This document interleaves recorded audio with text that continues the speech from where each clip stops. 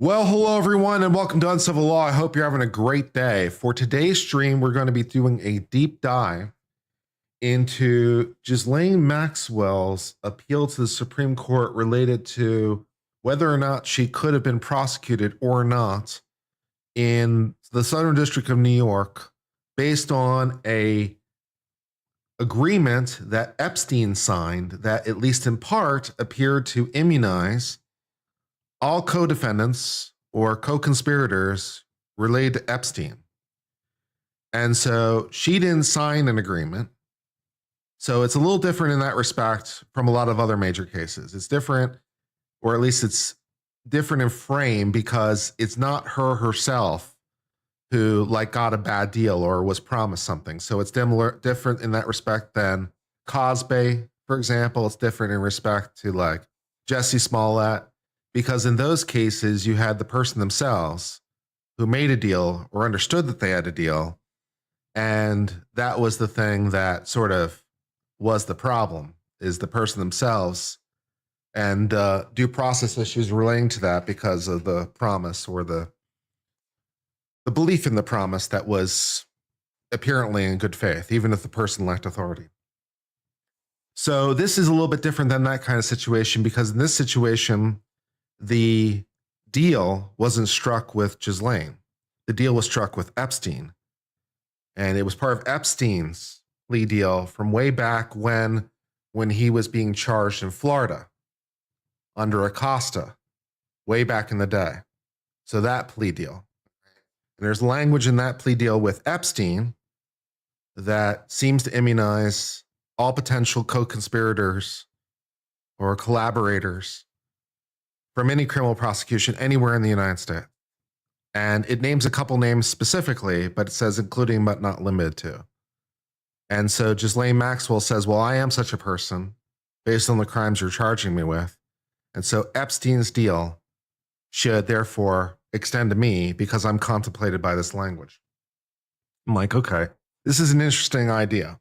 And for me, the first thing that I turn to when I'm kind of thinking about this is this idea of third-party beneficiary, right? Because you can have a contract in which a third party is contemplated explicitly in the contract. And sometimes that third party can sue on their own behalf, even though they weren't a party to the agreement, because they were contemplated by the agreement, and therefore under certain circumstances, they can sue for the protection of the contract that they themselves didn't agree to. Note here, by the way, it's a third-party beneficiary, right? So they're contemplated in a positive way by the contract. If they were contemplated in a negative way by the contract, like third party owes us money, no, not so much, right? You can't agree to anything that will harm me on my behalf, but you can agree to things that will benefit me on my behalf because, well, I can always refuse the thing, right? If the person who comes along, with the contract says, oh, I had to promise to give you this thing. Here's the contract. And you take a look at the contract and yeah, you're mentioned. And you take a look at the $1 million they want to give you because of the contract someone else signed with. You can say, no, I'm good, right? You can turn it down. So you're not obligated to take it. So that's sort of your due process protection on the other end, if you're so inclined. So we're going to read through first the U.S. Court of Appeals for the Second Circuit's decision from 2024, so I can understand what the Second Circuit had to say about the issue. And then we're going to read through the petition for cert at the U.S. Supreme Court, and I'm going to try to give you an opinion.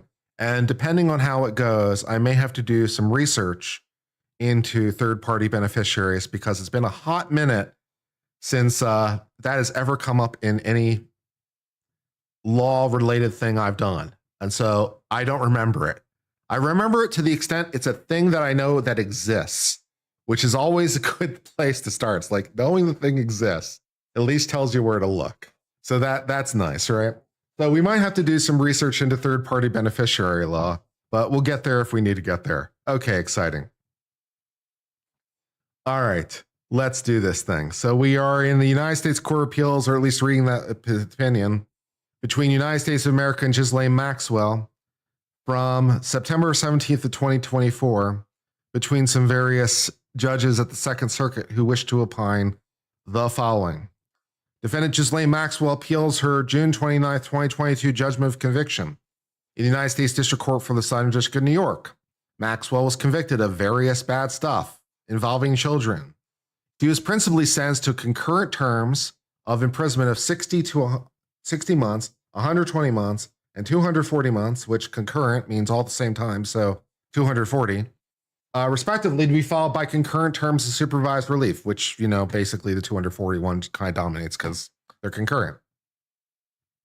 On appeal, the questions presented are whether Jeffrey Epstein's non-prosecution agreement with the United States Attorney for the Southern District of Florida, way back in like 2005 or whatever it was, barred Maxwell's prosecution by the United States Attorney for the Southern District of New York.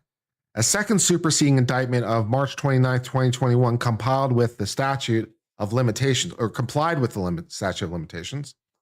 The district court abused its discretion denying the motion for a new trial based on a claim violation of our Sixth Amendment right to a fair and impartial jury. Good luck. And the district court response to a jury note resulted in a constructive amendment of or prejudicial variance from the allegations of the second superseding indictment. Also good luck. And Maxwell's sentence was procedurally unreasonable. Really good luck. So really issue 1 is the only issue I'm interested in for today. So that's the only thing I'm going to read. And they say we're good at the top line. So they're fine with what the district court did. But let's go into the rationale. All right. So they say we hold that Epstein's non-prosecution agreement did not bar Maxwell's prosecution by the U.S. Assistant Attorney in Southern District of New York, as the non-prosecution agreement does not bind the Southern District of New York. Well, it's not really supposed to. Yeah, because Acosta doesn't have authority to bind the whole United States procedurally. But then again, that might not matter, because if I remember, it's been a while since I looked, but in order for you to have an agreement that binds not just the district attorney for one of the 94 federal districts, but in order for it to bind everyone nationwide, you need approval, I think, from the assistant attorney general or something. You have to go pretty high up the food chain to get that deal. And that didn't happen. But maybe that doesn't matter. Maybe it doesn't matter because the language in the agreement says that, although she's a third-party beneficiary. So it might matter as to Epstein, but maybe it doesn't matter as to her. I don't know. It could get tricky. We'll keep reading and hope. Then they answer some other questions, stuff I don't care about. They go through some background I don't care about. They're going to talk about the non-prosecution agreement itself and the key language of the agreement, which is the only thing we really care about. The Epstein agreement in substantive part said, the United States also agrees it will not institute any criminal charges against any potential co-conspirators of Epstein, including but not limited to Sarah Kellen, Andrea Ross, Leslie Goff, or Nadia Markovola. So it doesn't say nationwide, but also doesn't say limited to this district. So how are we supposed to understand the United States in that context? And more importantly, how's that relevant to Ghislaine? Okay. Then we're going to talk about the trial proceedings, which I can't be bothered to care about. She was convicted. Moving on. Okay, let's read the discussion as to point 1.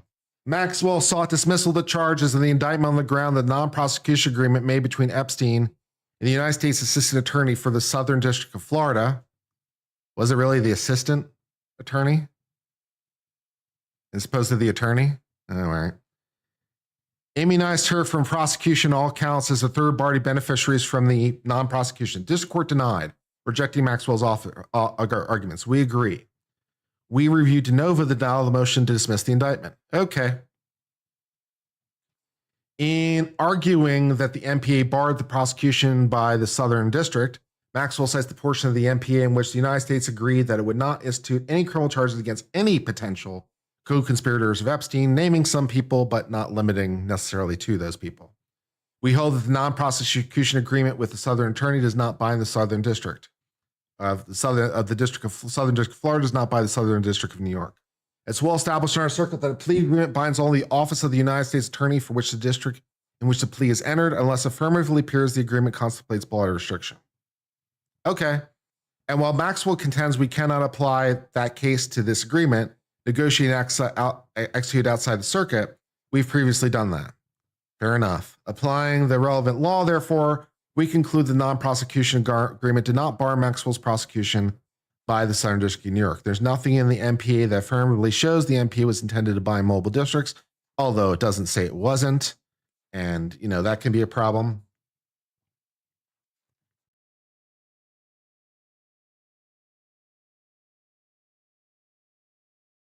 Instead, where the non-prosecution agreement is not silent, the agreement scope is expressly limited to Southern District of New York. Okay, so it contemplates a limitation of scope elsewhere in the agreement, not just necessarily in that paragraph, but that limitation could be read to apply everywhere. Like it's usually just like usually it's not expressed in every line. Usually that line about, you know, this only binds our office and no other office, usually that's a separate paragraph somewhere in the agreement. So that makes total sense. So if it was in the agreement, that's cool. Can I do a split screen on this PDF reader? Yes, I do. Can I do a split so I can check the actual agreement? Because that will make me feel a lot better. How do I do a split screen?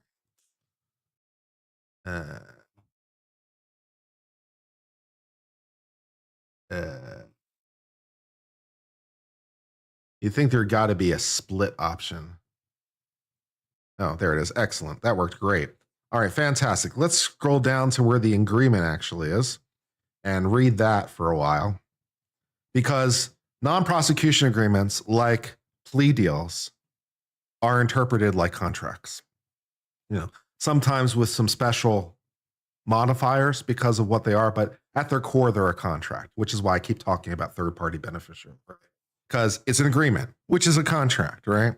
And so you can interpret it using standard contract principles, you know, perhaps barring some exceptions, but standard contract principles work. So let's see what it says here in terms of this.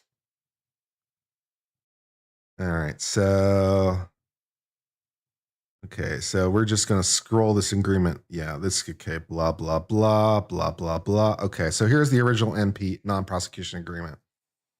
So there's a bunch of recitals, what we're charging you with, use blah, blah, blah, seeks to resolve globally a state in criminal liability, blah, blah, blah, blah, blah, blah. On the authority of Alexandria Acosta, Hala, prosecution shall be deferred, provided you agree to this, blah, blah, blah. Shall plead guilty, Epstein shall make binding recommendation, agreement is contingent. Terms of the paragraph, waive all challenges, shall provide U.S. attorney, blah, blah, blah. To file suit, signature of the agreement, except as those who elect, shall use best efforts to guilty plea. Epstein understands the United States attorney has no authority to require the state's attorney's office to abide by these terms.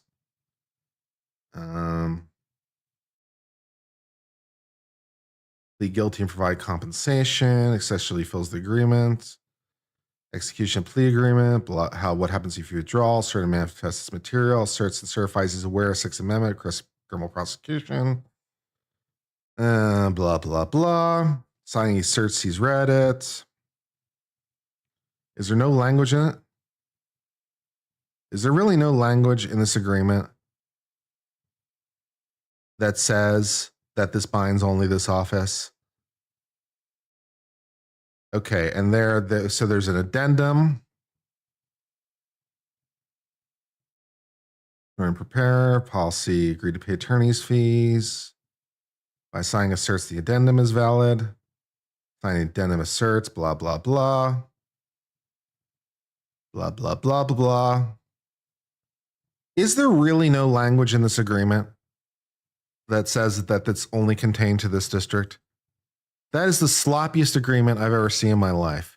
Is it really possible they don't have a paragraph in there that says this only binds this district? It's in every agreement ever. How can it not be in this agreement? How can it not be in this agreement? It's in every agreement ever. What the fuck? Thank you for the donation, Pixie Designs. It's very nice of you. Thank you. Let me read it again, see if I missed it somehow in all the blah, blah, blah. Normally, it's like a separate listed paragraph with like a bold header. This is the worst agreement I've ever seen in my life. Holy shit. The U.S. attorney is not usually this sloppy. God damn. All right, let's take another look. As I speed read it a little bit more carefully.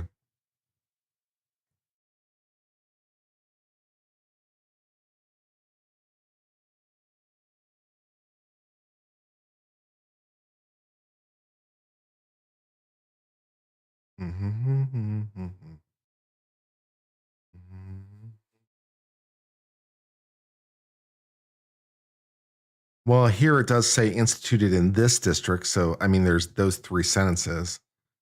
After filling all the terms agreement, no prosecution of offense set out will be instituted in this district. Still sloppy.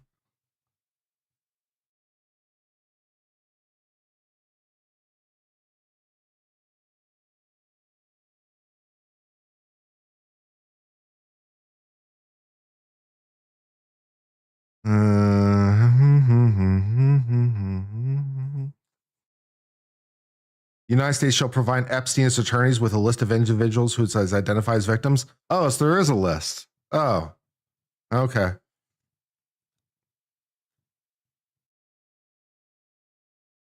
It says Epstein will not contest the jurisdiction in the Southern District. So that's where it contemplates it local.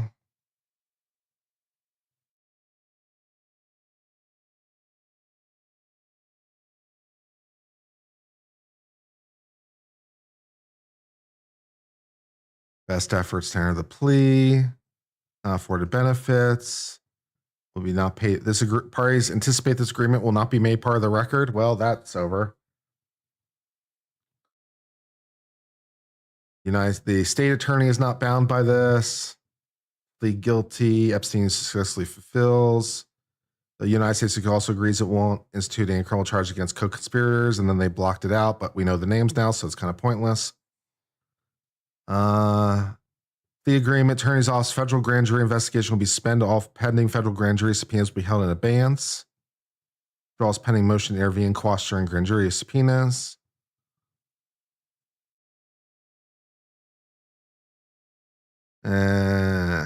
He's aware of his rights. Delay requests the Southern District defer such prosecution. So there is some language about the Southern District, but this is so sloppy. How could they write something this sloppy? They had to be trying. Unfucking believable. Unfucking believable. This is one of the worst non-prosecution agreements. It's just so sloppy. Unfucking believable. Who wrote this shit? All right, back to this thing. All right. Anyways, the second district is going to try to convince me of some things that are questionable as to whether they're tenable now.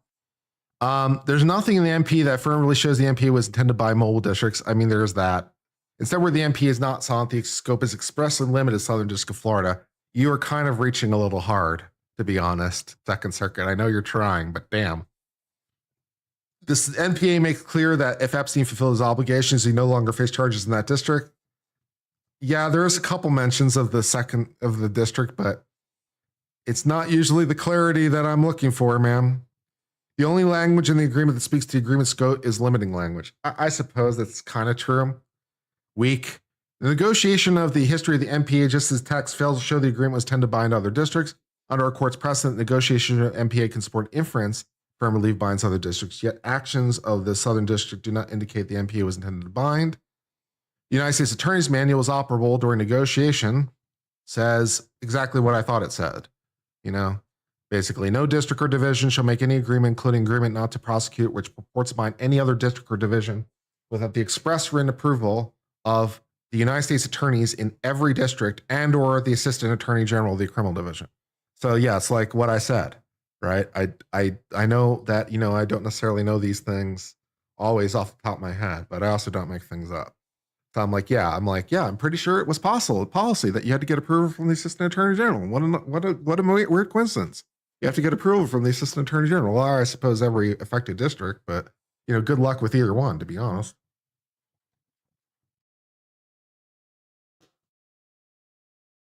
All right.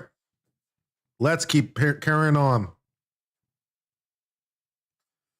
Nothing before us indicates Southern District had been notified or approved of Southern District of New York had been notified or approved of the MPA and tend to be bound. The Assistant Attorney General stating in our view they played no role, which is to be expected. Normally these things are handled by the U.S. Attorney in each district. There's no particular reason that Maine DOJ would be aware of these agreements. The U.S. Attorney for each district does these things all the time as to their own district. They make plea deals and arrangements all the time. It's part of their job. So, yeah, I absolutely believe the United States Attorney didn't know. Although, then again, it's Epstein and he had deep ties, so maybe less in this case. But in general, sure.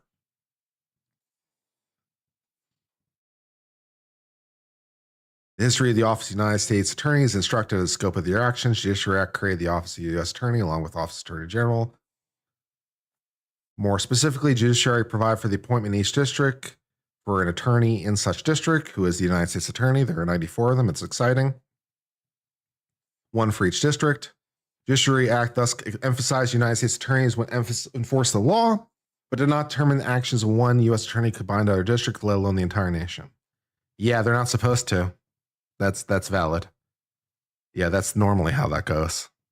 It would be somewhat akin, although it would depend on state law, but it would be somewhat akin to a local DA only binding like their town or their county as opposed to the entire state.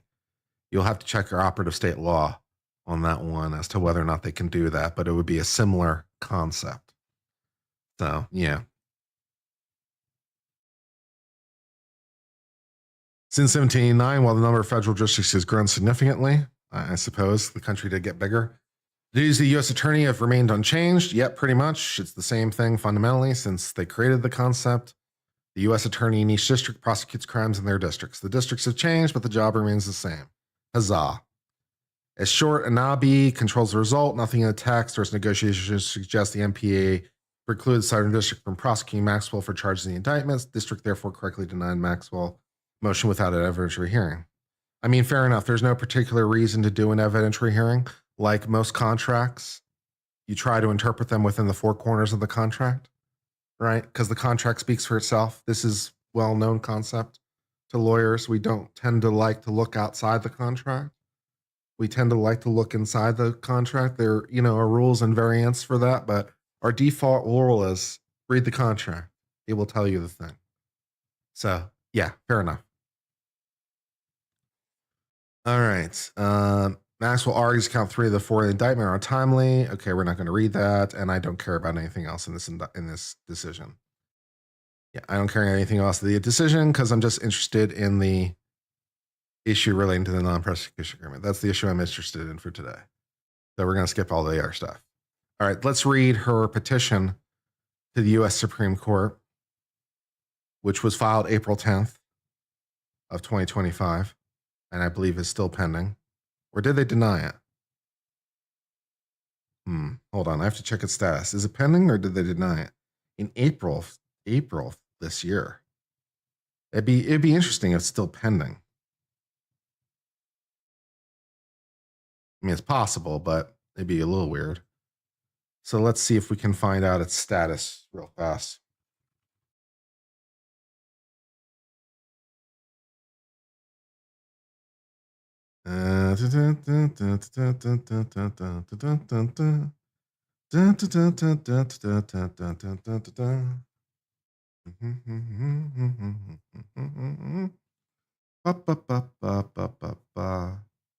Okay, this looks like the right one.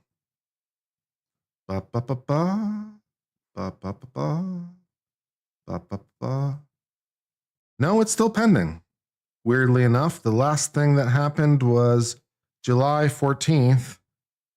So this petition, well, the application to extend time was filed in January.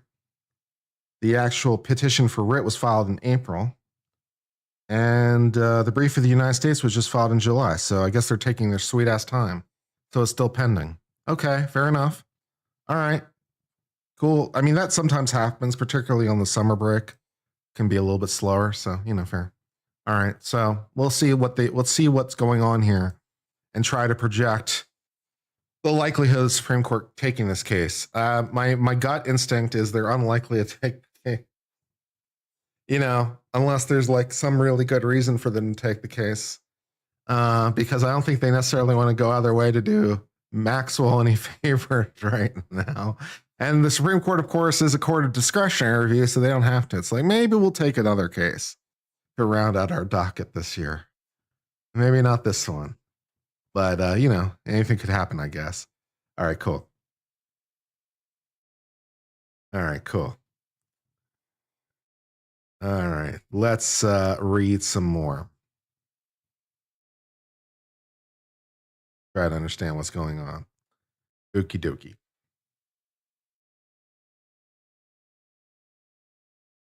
All right.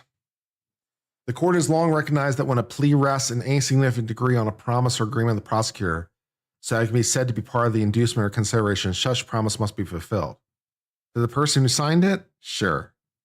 And of course, it's well settled that plea agreements and non-prosecutor agreements are interpreted using ordinary principles of contract. See, I told you, right? Again, I don't make things up. When I tell you that plea deals and non-prosecution agreements are fundamentally understood using principles of contract, maybe with some tweaks because of, special constitutional concerns. But when I tell you they're fundamentally to be understood using contract principles, I don't make things up. I know things. I'm not sure exactly what the law is on third-party beneficiaries because I forgot that part, but to the extent we need to, we'll look it up. At least I tell you when I don't remember something. Like, yeah, I need to go look that up because I'm not quite sure. All right. We're going to ask Grok here in a second, probably figure out what Grok tells me and what the answer is. And it's like, okay.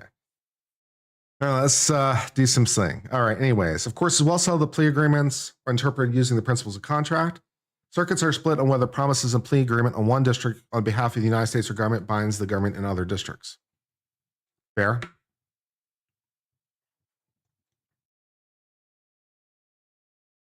So if you have the language, if you just have the language United States without any qualifier, apparently there's a lot of U.S. attorneys out there writing sloppy agreements that don't specify this.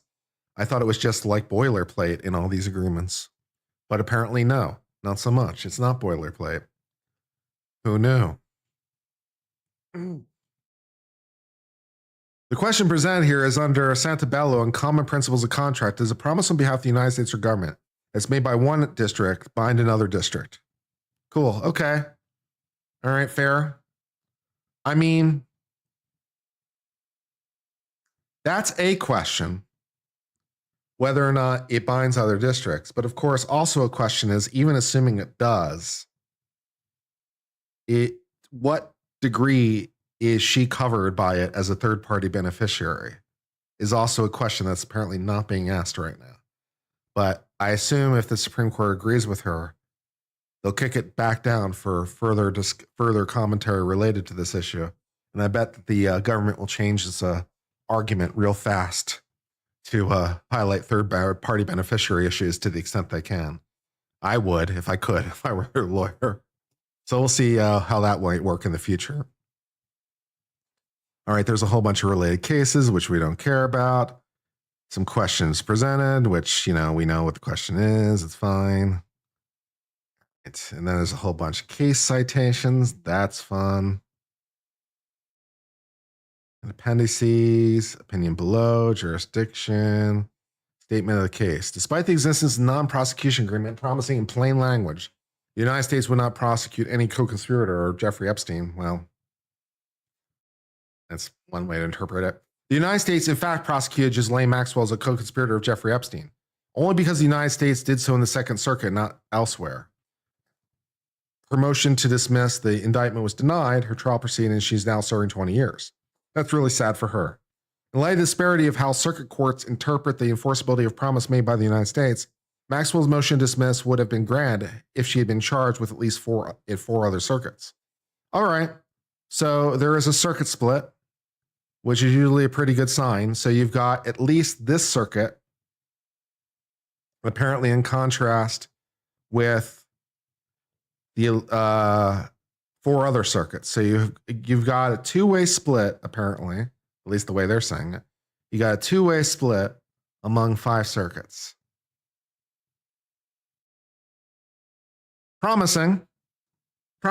Supreme Court Circuit splits are by far and away your best chance of getting Supreme Court review. It would be more helpful if, there were a little bit more like friction. Be helpful if like there was another district, another circuit like on her side of the argument to show more of a split, or like even if you had a third opinion from one of the circuits. Does it apply or doesn't it apply? Two options, and a circuit creates an exciting third option, happens all the time. So it would be a little bit more helpful, maybe if there's another circuit on her side or exciting third option split. But hey, it's not a bad start. I'd write this brief with that kind of split. I've written it with less. I've written this kind of with much less. So I definitely write it for this. This is fine. All right. Entry of the non-prosecution agreement. We're going to go into the facts of the thing, which I don't care about because we already know. Criminal proceedings of Epstein, we already know. We can skip it. He went to jail. It was very sad. Then he apparently killed himself. The Second Circuit decision, we don't need to read it because we just did. Okay. Reasons for granting the petition. This case is a perfect vehicle for resolving an acknowledged circuit split over the proper application of this court's precedent regarding an important issue of federal law. Despite the fact the term United States is a widely accepted meaning in perhaps every other context. Fair. When this term is used in a plea agreement, it means something different in New Jersey than is across the river in New York. Yeah, because, those are different districts. A criminal defendant who, after receiving a promise he will not be prosecuted again by the United States, pleads guilty to resolve all criminal liability, is in fact not resolving all criminal liability because the United States raised free to prosecute him anew. Well, that's if he's the signer of the agreement, which I think raises different issues, as I sort of said, because even if it shouldn't bind on its own terms, if the language is open and not specified, which is super sloppy, but then you can go to like promise, then you can go to detriment, right? It's like I made a promise to my detriment, namely, I decided to plead guilty in exchange for what I thought was resolving of all my criminal cases. And then, wow, it really wasn't all after all. So I didn't get what I thought I was bargaining for by the terms of the agreement, right? And if the language is open, then that's a pretty good argument, because that's basically what happened to both Bill Cosby and Jesse Smollett. Like they both basically got the same problem. They both made deals, and they then went after them anyway. And they're like, this was to my detriment, and it's not fair. So yeah, that worked. But does it work for Ghislaine? I don't know. This court should resolve the conflict, ensuring plea agreements are enforced consistently. Sure. The circuits are split as to whether a promise on behalf of the United States or government by the United States in one district is binding on others. In Santabello, this court held that prosecutor's promise in a plea agreement binds other prosecutors, even those who might have been unaware of the promise. The circumstances will vary, but a consistent factor is when a plea rests an insignificant factor of a degree on a promise or agreement of prosecutors, so that it's said part of the inducement, the promise must be fulfilled. Fair, because otherwise you're not getting your bargain for exchange. Sure. And in Giglio, this court said the prosecutor's office is an entity, and as such, it's the spokesperson for the government. A promise made by one attorney must be attributed to, for these purposes, to the government. Fair. Yet despite this binding precedent, the Second Circuit refused to hold the United States prosecutors the promise that other United States prosecutors have made on behalf of the United States, instead clinging to the position that a plea agreement binds only a district in which it was entered unless expressly states otherwise, even if the promise made on behalf of the United States. Well, we could go read the precedent, but I'm willing to bet it doesn't quite apply to the situation, because I don't imagine the Second Circuit is openly defying the Supreme Court. Probably speaks to like state prosecutors or something, if I had to guess. Okay, carrying on. Where were we? Seventh Circuit similarly applies a narrow interpretation of those who are bound and pledged to the United States. Okay. So it's the Second Circuit and the Seventh Circuit. Okay, that's in conflict with the third, fourth, eighth, and ninth. So now you have a six-way circuit split with two opinions. And it's 2-4. Okay, so that's a little bit more attractive because you have a more dynamic split. So using standard criteria, you would project a fairly decent chance for the United States, for the Supreme Court to take this, because a 2-4 circuit split, yeah, that sounds like something the Supreme Court would potentially take under normal circumstances. So we'll keep reading. The second and seventh policy squarely in conflict with third, fourth, eighth, and ninth, creating a circuit split with nationwide ramifications, in which the same plea can be receive a different interpretation throughout the country. This case provides an ideal opportunity to resolve this case. I'm not sure it's necessarily ideal, but you know, third, fourth, eighth have faithfully applied the Supreme Court precedent. The Third Circuit said, when the United States attorney negotiates and contracts about the United States or a government a plea, the attorney speaks for all the United States attorneys. It went on to note the United States attorney should not be viewed as sovereigns of autonomous fiefdoms, because that's definitely not true. They represent the United States, and their promises on behalf of the government must bind each other absent express contract limitations or disavowals, which is normal in most contracts language. The Fourth Circuit in the United States was the first to hold the promise on behalf of the United States in one district not to prosecute as binding on the U.S. attorney in other districts. As the court noted, the United States government is the United States government throughout all the states and districts. A contrary result would constitute a strong deterrence for willingness of defendants accused of multi-state crimes to cooperate in speedy deposition of their cases and in apprehending and prosecuting co-defendants. Fair.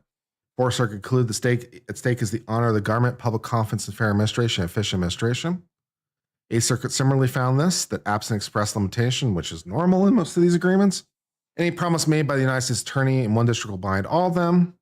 Interpreting a plea agreement which provided the United States would make certain recommendations regarding the sentence, the court held this provision was binding on the U.S. Attorney's Office in another district, and the terms of the agreement should be enforced. Ninth Circuit held a promise made by the United States attorney on behalf of the government binds not only just the office, but also INS. Although the plea agreement in that case defined broadly all government agencies would be bound, the Ninth Circuit cited approvingly to a broader proposition. The United States government as a whole uses United States attorneys as authorized agents to negotiate plea bargains in criminal cases. Fair. I mean, they are Senate confirmed, so, you know, fair enough. The Second and Seventh Circuit applied to the opposite proposition. Second Circuit said below in reliance on a different case. Second Circuit held the government's promise of the United States would not prosecute any defendant was only enforceable in the Southern District of Florida, not Southern District of New York. Seventh Circuit, although Seventh Circuit has not considered the question presented in the specific context of enforceability of plea agreement, in different contexts, it held in a related context, the prosecution agreement will not bind more than the Office of the United States Attorney unless the promise expressly contemplates a broader restriction. Finding in the context, motions a United States Attorney has sole authority to bind his own office only and lacks authority to compel the United States and the other district to follow a certain motion. Okay, fair enough. May on behalf of the United States does not bind the United States as a whole. Well, it's impossible to square Seventh and Second Circuit's policies and plea agreements with the court holding a Santabello. Yeah, I mean, fair enough. Did the Second Circuit even cite Santabello? And if so, how did they go about doing it? You would think that they must have cited it, right? Because it's pretty central.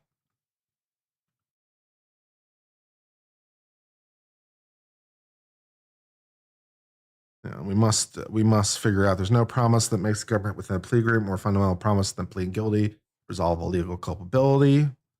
Ordinary principles of criminal interpretation compel and Baby and Maxwell to be reversed. Plea agreement is a contract and to be understood according to contract principles. In fact, that's true. In fact, in interpreting plea, these ordinary contract principles are employed even more strongly in favor of defendant. That is also very true. Yeah, so even more so than normal, plea agreement contracts are typically resolved in favor of the defendant where there's ambiguity because of special concerns relating to due process when it comes to the government. So true enough. Whereas within contract or before their ordinary meaning, instead there's ambiguity. The ambiguity speaks construed against government. Fair. So that's kind of true even if it's a negotiated plea agreement, because this is basically the same principle you would use in any contract of adhesion. So in a contract of adhesion, one party writes the contract and it's take it or leave it. contracts of adhesion are interpreted against the party that wrote it because they were in full control. Normally, if both parties contribute to the contract, you kind of have to assess how much and what degree they contributed in trying to interpret the language because they're both writers. But here we kind of ignore that principle and say even if the defendant is a substantial author, then we just treat it like a contract of adhesion despite the negotiation because of due process considerations. So all contracts, no matter how much the defendant contributes relating to pleas, are interpreted against the government. Fair, no problem. I understand this concept. I'm on board. It's fine. That's one of those ideas about how we take standard contract principles and modify them a little, because that would be an example where we modify it. We take this principle that we normally apply in contract only kind of to contracts of adhesion, and we now apply it to all contracts despite the negotiation. So that'd be an example of tweak I was talking about. All right. I'm doing a great job. Thanks. It should be beyond reasonable dispute. The ordinary meaning of the term United States, country as a whole, language informs the intent. During the course of the MPA negotiations, co-conspirator immunity clause was severed from the immunity clause and moved geographically. Is geographically the right term within a document? I've never heard that before. If you move one paragraph from one place of a document to another place of the document, you can call that moving it geographically? That strikes me as a weird turn of phrase, but okay. Geographically it is. Okay. Anyways, move geographically below the 2255 as a consequence. The MPO is identified as hybrid agreement, where one specific section referred to district language. Yes, it did, because it didn't have the clause at the end that it normally is there, that, by the way, this only binds our office. No. So you're right. You're right to be very skeptical of applying this language and other clauses to this clause. It's like, yeah, I feel your skepticism. It's warranted. Low. Okay. Third, every other circuit recognizes well-settled proposition ambiguities of plea or be resolved to government. Yes. It should be understood as United States as a whole. Sure. The evidence suggests MPA was meant to bind the Southern District. Despite the Second Circuit's conclusion, the text of negotiation history suggests intent only to bind. Yeah, I'm not really sure how much intent really matters here to bind, because, four corners of the contract, man. Four corners of the contract. And again, we're treating this like a contract of adhesion. So I'm not sure what you were trying to do, but I know what you wrote, and we're interpreting it strictly against you. Period. So I'm not really sure that your intent really matters very much in this equation. So I'm pretty much going to ignore that completely because I can't be bothered to care. But to the extent it does matter, we're going to go through some contract principles to not say something is to, or to say something is to exclude other things. Blah, blah, blah. The MPA was entered into extensive negotiation, I'm sure. In earlier language, the government proposed language that the co-conspirator protection will be limited to Southern District. Oh, that's even worse. Yeah, that's even worse. To the extent that we're going to bring the history of the contract into this, which I'm not necessarily inclined to do in the first place, but to the extent we're going to, it even hurts you more, because the contract previously explicitly said only Southern District of Florida, and now it doesn't. So, yeah. So to the extent I care, that also goes against you. It's not a great day for the government over here. It's not going well. Third, Second Circuit's misplaced reliance on a selective reading of the Judiciary Act to conclude United States Attorney or Cabinet specific district. Second Circuit ignored the manual's admission United States attorneys who don't wish to bind our district should explicitly limit the scope. Yeah, it's supposed to have a paragraph in there. This is the worst formatted plea agreement or non-prosecution agreement I've ever seen. Normally it has nice headings, right? That clearly label like each section, like, in a nice kind of format that like tells you exactly what you're reading. some nice headers, and it has, paragraphs that fit those headers. Normally, there's usually as the last paragraph. Normally, the last paragraph is something like, "Oh, by the way, this only binds our district and no other districts, and doesn't bind any other attorneys. It's just us. Swear, totes." That's usually how that goes. But Southern District of New York doesn't believe in the headers, I guess. Lame. The recitals of the MPA reveal the intent was for broad, complete resolution of the matters. MPA states Epstein seeks to resolve globally with state and federal liability, but it also states that, it doesn't bind the state, so it's got that going for it. The recitals don't refer to specific interests of Southern District. That's true. This case is an ideal vehicle. And I'm not sure if it's an ideal vehicle, but it is a vehicle. I mean,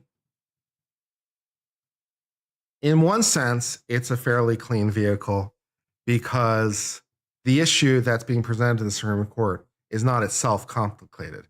So when they talk about being a good vehicle versus a bad vehicle, there's kind of two ways to understand that. One is the issue itself complicated? Either unto itself, well, no, not unto itself, because the Supreme Court does complicated problems. They're not afraid of that. But whether it's complicated by its procedural history, or whether it's complicated in tying in other issues that can't be resolved without solving that issue, right? So when we talk about a good vehicle from an issue perspective, we're talking about is like, also the history cannot be necessarily clear. In some ways, it can be vague, like despite the fact it's gone through appeals. So sometimes it's not necessarily clear. So that's not great. Or there's like some confusion, or it's complicated by implicitly or otherwise tying to another issue that we can't resolve this issue without resolving something else. And I don't think any of that stuff is true. So I think from a frame of vehicle for issue, I think this issue is clean, or clean enough at least, for the Supreme Court to want it. The case comes with some other baggage that is not necessarily ideal. Now, the Supreme Court isn't necessarily afraid to get into criminal cases, of course. They hear criminal cases all the time, including some very bad guys. So the Supreme Court isn't necessarily afraid of making a decision in favor of the bad guy. They do it quite a lot. But this bad guy or this bad girl is a little bit more notable than your average bad guy. So I don't necessarily think that will necessarily be attractive to the Supreme Court. So I have to factor against that for that reason. But the 2-4 circuit split is a pretty strong indicia and pretty strong criteria. Although, to be honest, if I were the Supreme Court and I wanted to resolve this issue, I'd be hunting around for a different case. Like maybe not this one. Maybe I'll take a different one. You got 6 circuits, right, that are currently having this split. So all you have to do is wait for any of them to have this issue pop up again, and you can take that case. So maybe you take a pass on this one. So our chances aren't 0, but I wouldn't give them the bestest of odds. But there's also this lingering issue, which is not presented by this, which is what the hell does it mean that she's a third-party beneficiary? How does that work exactly? Because I've forgotten how it works because it's been a while. Lame. So we're going to do some quick AI searching to remind myself of basic contract principles when it comes to third-party beneficiaries, because it's been a hot minute. I don't think it's come up at any time in anything I've done since law school. It's been a while. So, we need the refresher. So let's do that and try to figure out if that's of any help.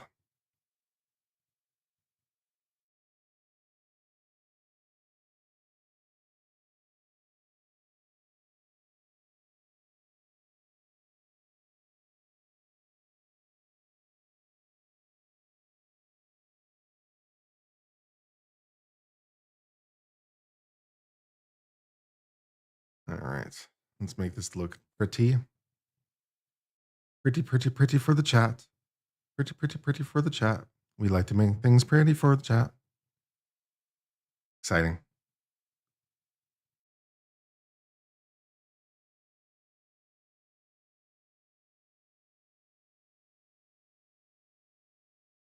All right, let's ask Grok. Let's ask Super Grok. Super Grok knows the answers to all questions.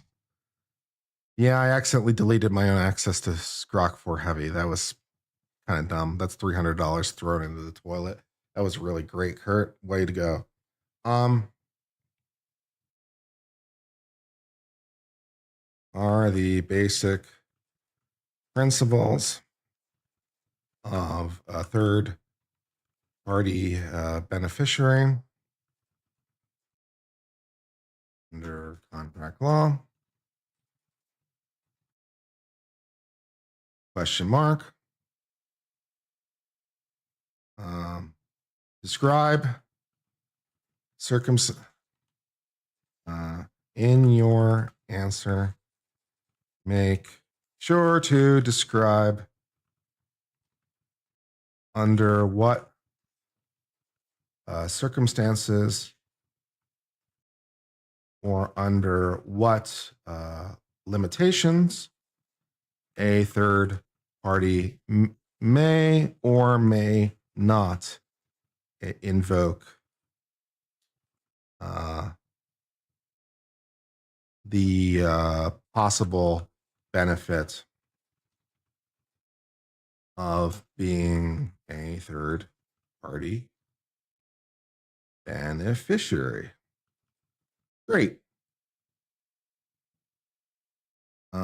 To the extent it matters, note any possible complications in your answer if the contract is interpreted using federal law principles as opposed to a specific state. Yeah, all right, we'll give that a shot and see what we go. Let's give that a shot.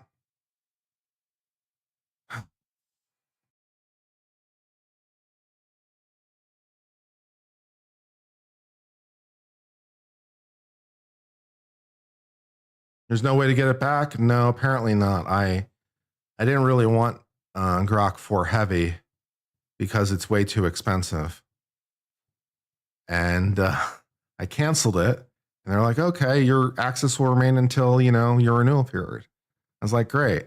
And I'm like, let me go ahead and sign up for, regular Grok 4 at $30 a month. It's like, okay, you're now subscribed.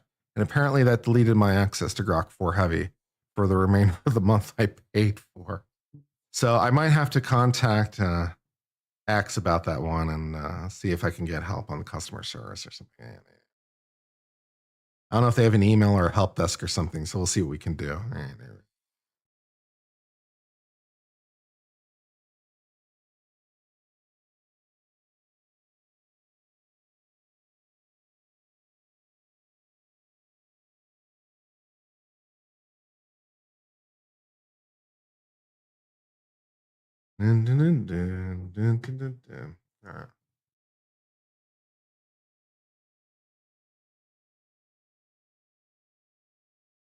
Okay. Let's read and remind myself of principles I forgot because the last time I heard them were like 20 years ago. No, not that long yet. 18 years ago. Okay.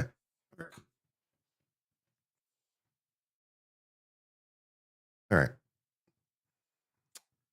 All right. In contract law, the third party beneficiary doctrine allows a person who ask Grok how to fix it. I might do. That's a good idea.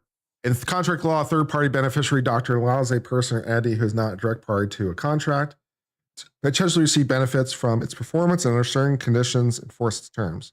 This exception is to the general rule of privity.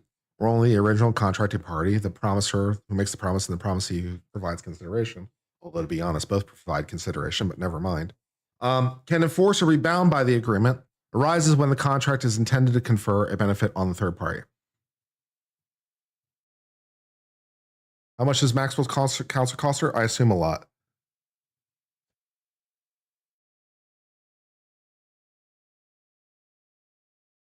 All right. She's not calling me for her Supreme Court brief, I'll tell you that. The doctrine is rooted in equity, aiming to prevent injustice by allowing non-parties to claim rights where the contracting parties clearly meant to benefit them. Key principles are drawn from common law and restatement of contracts, which many jurisdictions follow.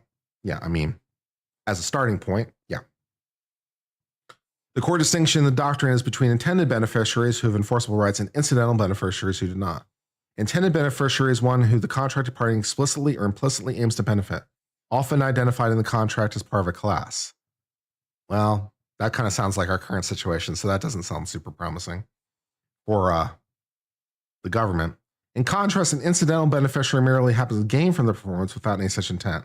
For example, a local business profiting from a nearby construction project. Incidental beneficiaries are further categorized as follows. The modern courts often focus less on labels and more than intent. Donee beneficiary, creditor beneficiary, circumstances and limitations for third party to invoke benefits. Third party may invoke benefits as beneficiary only if they qualify as an intended beneficiary and their rights have vested. Presumably that's true. The burden is on the third party to prove the contracting parties intended to benefit them, which must be evident from the contract language, surrounding circumstances or nature of the agreement. Yeah, that sort of seems to apply to our current situation. Rights typically include suing for specific performance, damage, or other remedies equivalent to that of the original party. Yeah. Circumstances where the third party may invoke benefit, clear intent to benefit, the contract must manifest intent to confer direct benefit, not just incidental, to the third party, often naming them or describing a class they belong to. This intent can be expressed or implied. Vesting of rights. Rights become vested when the beneficiary learns of the contract and assents to it. So as I said, you can always bail out of it if you want to because you didn't sign it, right? Materially relies on it to their detriment. That's going to be tricky. How did Maxwell materially rely on the beneficiary to her agreement? I don't know that she did. And I'm sure that she could. How could she rely on a promise not to prosecute to her benefit? What did it even look like? I don't know. I'm not sure even what that looks like in principle. Because, the agreement only covers past crimes. You can't immunize people for crimes they haven't committed yet.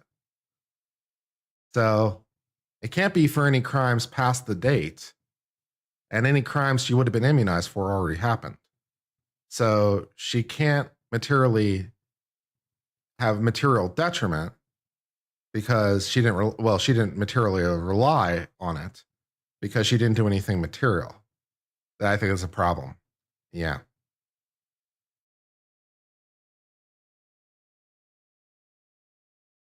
Remaining in the jurisdiction?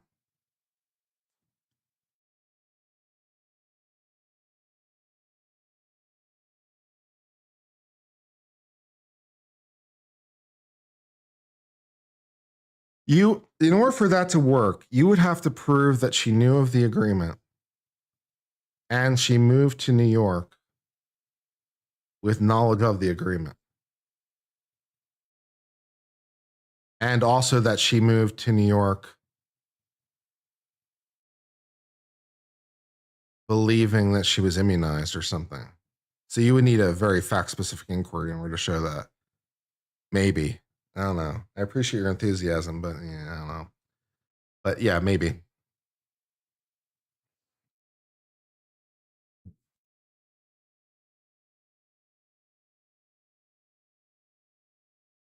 The last sentence in the statement seems superfluous, or superfluous, as you might say. I say superfluous, one of my little charm. I say superfluous, you might say superfluous. Which sentence seems superfluous to you?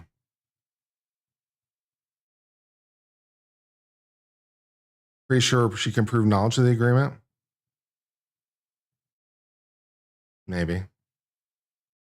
Yeah, probably. If she got an email copy of it or something, yeah, that would do it.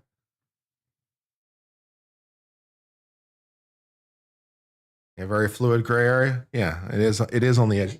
That's why we have fun.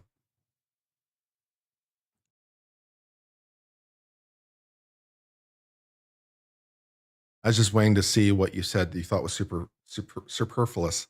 I'm sorry. I'm so used to saying it the other way around. I have to manually correct myself. It's one of my little quirks of speech. What can you do? We all have something, right? I was waiting to see if you wanted to specify what you thought was superfluous. I have trouble saying it the right way around. Why did they say she's at best a third-party beneficiary? Well, that much is obvious. I mean, because she's not a signer of the contract. She's a third party, right? The first and second parties are the first and second party to the contract, because you need two people to make a contract.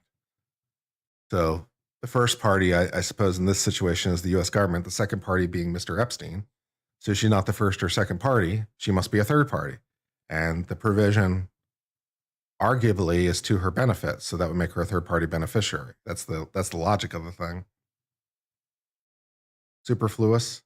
Don't work with me. Don't mess with me. In any event, let's press on.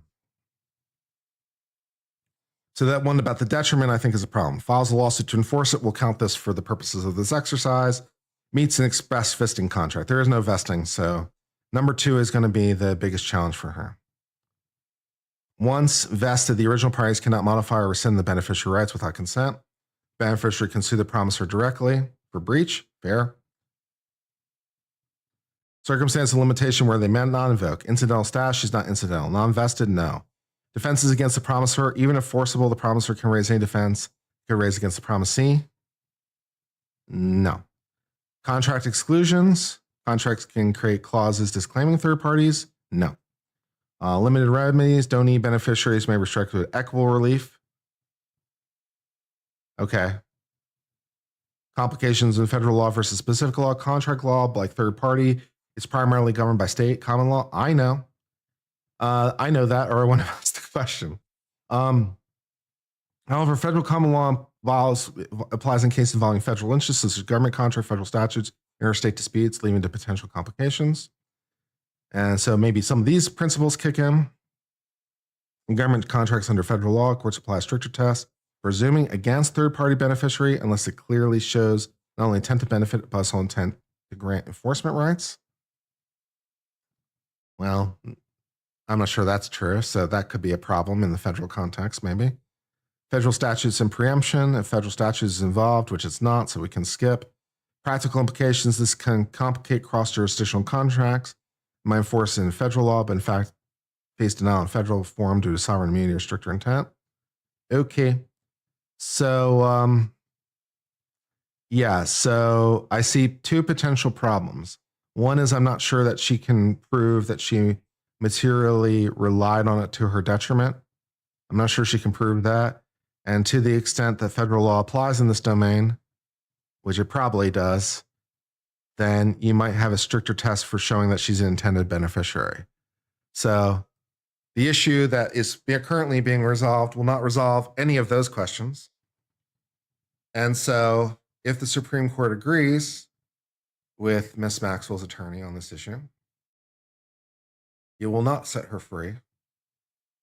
We are going to go back down to the lower court and probably back down to trial court, because we're probably going to need an evidentiary hearing at this point to try to determine some of this stuff, because some of this stuff, especially like the material reliance, I don't think you can get from the 4 corners. How could you possibly get it from the 4 corners? So we're going to need to have testimony and a hearing, and some judge somewhere is going to have to determine whether or not the factual predicate is there for her materially relying to her detriment, which is principally a fact question. So, either way the judge goes on that is probably not going to be appealable on those terms, as to like the factual predicate. What it means legally, of course, can be appealed, but whether or not she materially relied to her detriment, I think is a fact question. What that means in terms of the contract interpretation for, like, whether or not these heightened standards apply and whether or not that matters, that's a legal question that can be appealed. So assuming the Supreme Court decides in Miss Maxwell's favor, we're probably quite a few years away from these other remaining issues being involved, because we kind of have to start over on some of this stuff. So we might be, if the Supreme Court decides in our favor, we're going to be back at the Supreme Court in like 5 years with new exciting concern. And we'll go from there. So that's what I think. I think she's right on the question presented, though. I think she's correct on the question presented. In the absence of language that restricts it, which, by the way, every U.S. attorney who doesn't do that should be shot. If it explicitly contemplates other jurisdictions should say so to it. So there should be a sentence either way that says this explicitly. If you don't do that, you're doing your job badly. And you're the U.S. attorney. You're vetted by the Senate, goddamn. You should know better than this. But if they decide for her, we're back down and probably back up again in 4 or 5 years. So.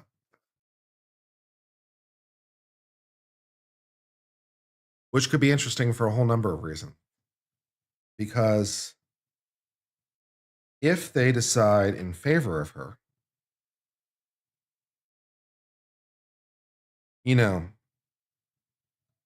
then presumably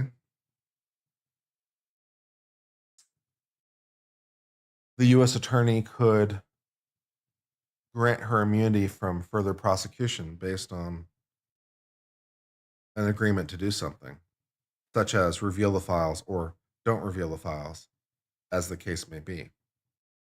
So if she loses and her appeal is final, then there's no hope. Although, to be fair, sometimes you can do reduction in sentences after the fact, although that gets tricky too, but let's not go there right now.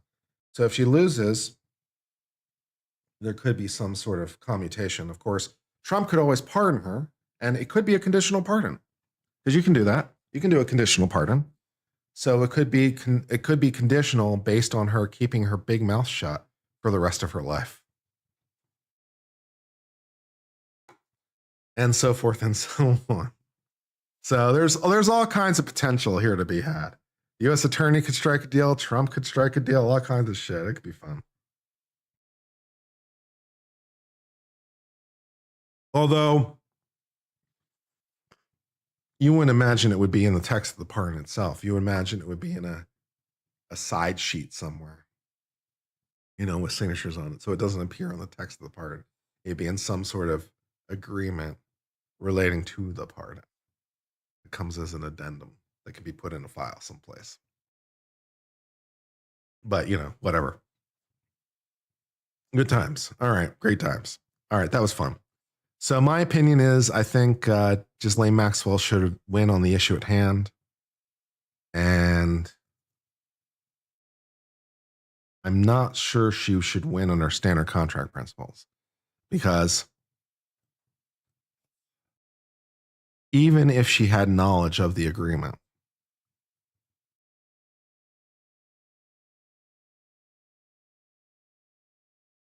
you would have to show,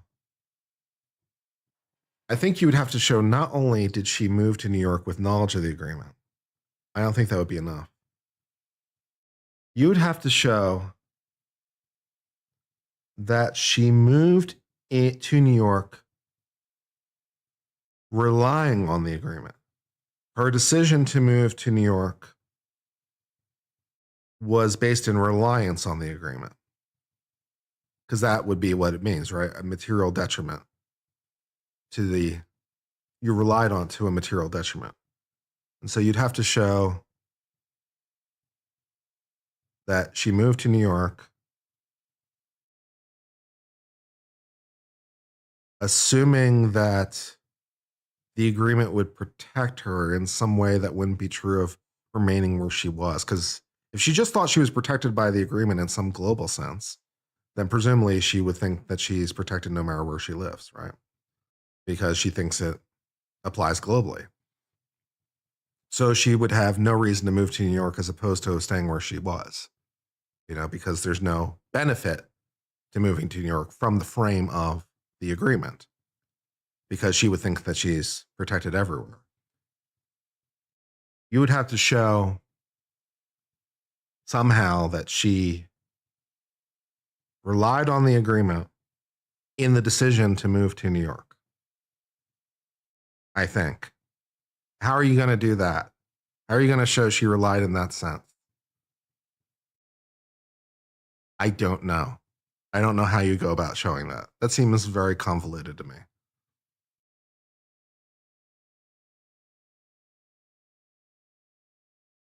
She surrendered on the strength of it?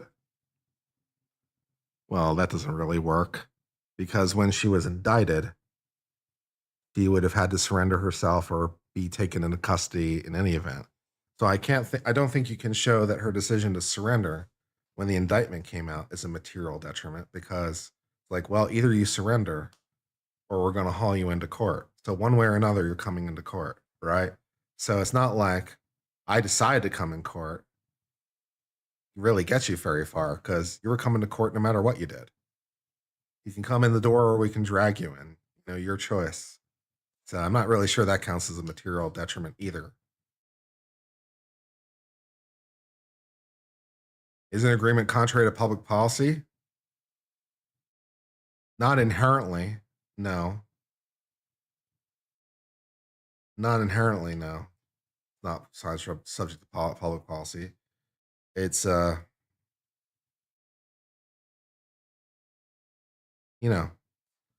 prosecutors have to make tough decisions and deals that make everyone hold their nose, and sometimes for very legitimate reasons. So there might be reasons to immunize co-conspirators in, the service of,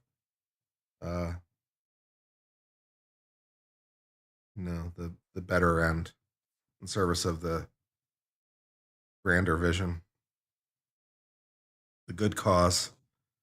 So it can make sense in some situations.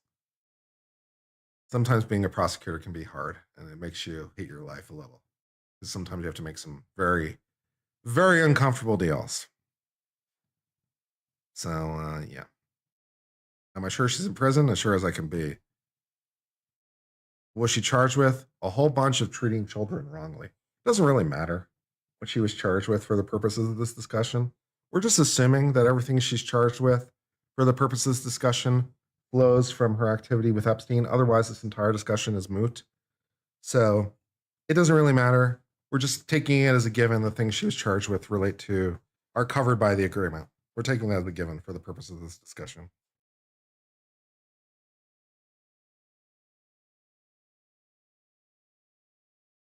How would not getting $1 million be a material detriment outside not getting the money?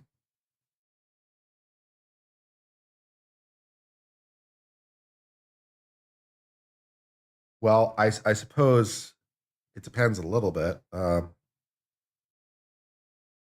guess if you're rich enough, then the $1 million might not be a lot to you. And so it might not be particularly material to you, depending on how rich you are, I guess. If you're entitled to the money, you're entitled to the money. But, it might not necessarily be any skin off your nose unto itself, because you're used to trading in billions, not millions. And what's $1 million to you, I suppose. But if you're entitled, you're entitled. I don't know. Otherwise, it would be particularly material to me. I think we can safely say that would be very material to me. Maybe less material to some people, but yeah. My public defender got the prosecutor's office to agree not to use any inference for any prosecution, any further prosecutions, even as a matter of showing a pattern of intent. That's nice. That's a good agreement. Good job. I believe they blackmailed each other. Probably. Yeah, probably. That makes sense.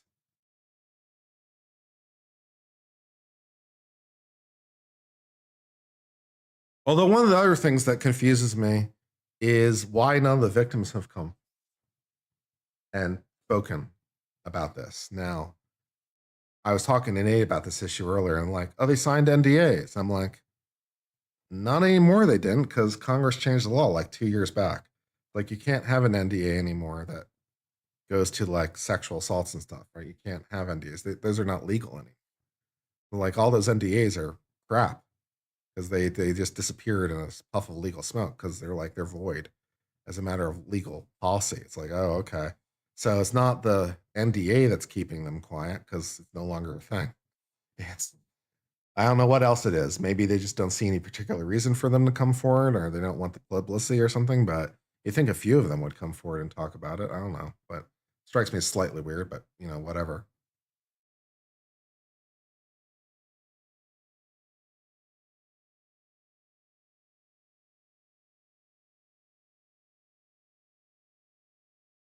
And you would think that some tabloid would pay them for their stories on top of that, so they might be able to get a little bit more money out of it. So there's that too.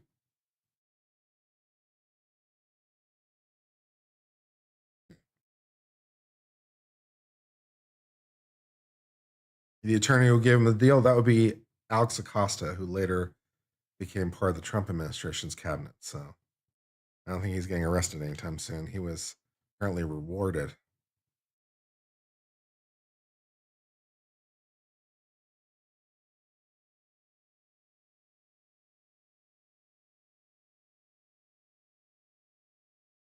You are Jane from Glasgow? Okay.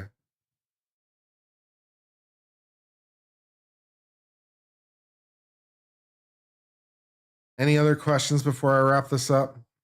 It's a very interesting legal issue. And the follow on legal issue is perhaps even a little bit more interesting because it turns on some fact specific stuff that we don't necessarily know the answer to right now. So that's very cool. Yeah, there are thousands of victims. So you would think that a few of them would come forward from wherever. You think a few of them would come forward and tell their story, especially since they're not bound by an NDA anymore. So it's like, yeah, what the hell? You have talked about one of recently self deleted. I can't imagine what it would be like being a victim, having all this brought up, man. That would be rough. I feel for the victim. It's tough telling your story, and it's tough doing it again. Yeah. So I mean, fair.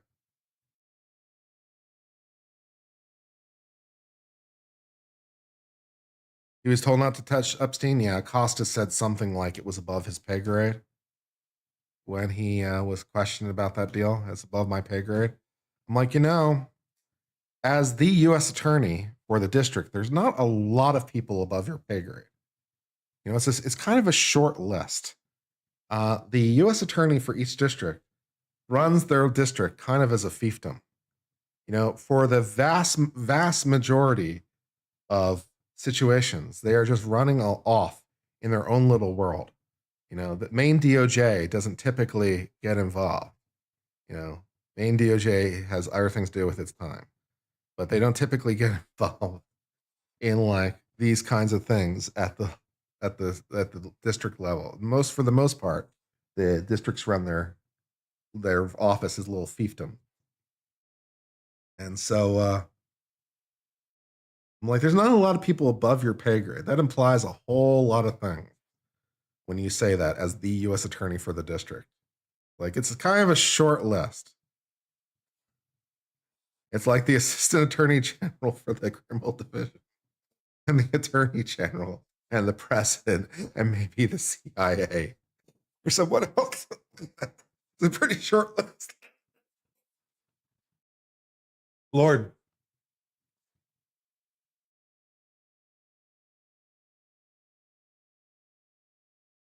Mm. Mm.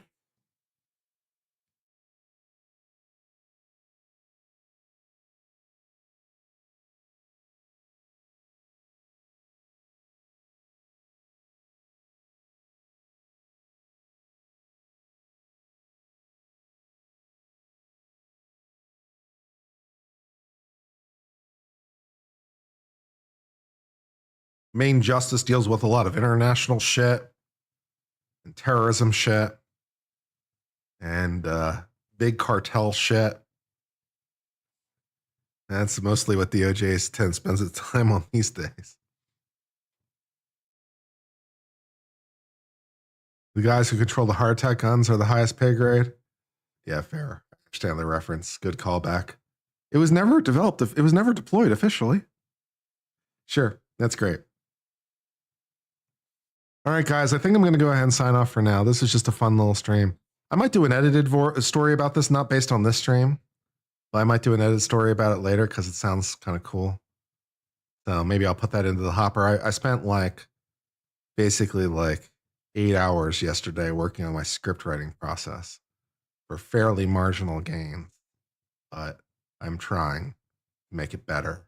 So hopefully there'll be some proof in the pudding when I start recording again. But, I haven't been particularly thrilled with the clicks I've been getting recently. So I spent a lot of hours trying to, fix it. Hopefully it's a little better. We'll see. Yeah. But we'll work on that now. Work on that soon. So that'll be fun. Maybe I'll make this one of the stories. All right. Well, I suppose for the moment I'm going to sign off. I guess I'll make this members only. Did I make this members only or not? I actually don't know. I mean, it's not off-brand. Did I make it members only or not? What do you guys think? Look into her dad's involvement? I'm aware. I'm aware. I understand. Where is his brother? That I don't know. That one I don't know. Maybe he is his own brother.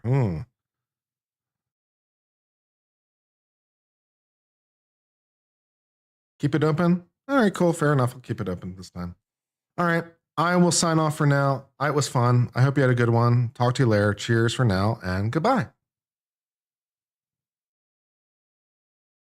Oh, incidentally, by the way, I know that none of you care, but I measured my watch the other day, the new one, the Zen, and it's only losing 2 seconds a day, which is really good for a mechanical. So I'm going to keep measuring it to see if that holds up. But 2 seconds off in a day is pretty fucking good.